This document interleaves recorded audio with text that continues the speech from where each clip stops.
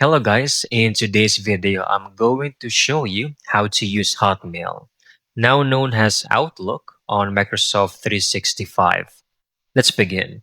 I want you to open your browser and go to the Outlook login page. This is it.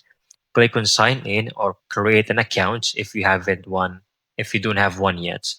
Once you're logged in, you will be on your Outlook homepage, your main email dashboard.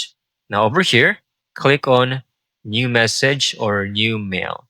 You can now enter your recipient's name or email in here, a short subject line, and your message.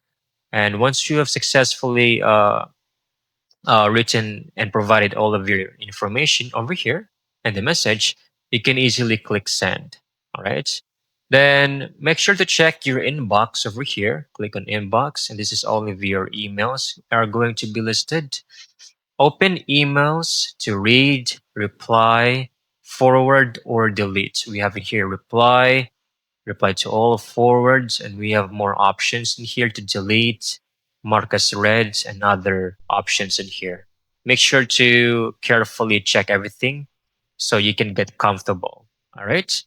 And that's it. With these simple steps, you can navigate Outlook, send and respond to emails, and stay organized. I hope you found this video very helpful.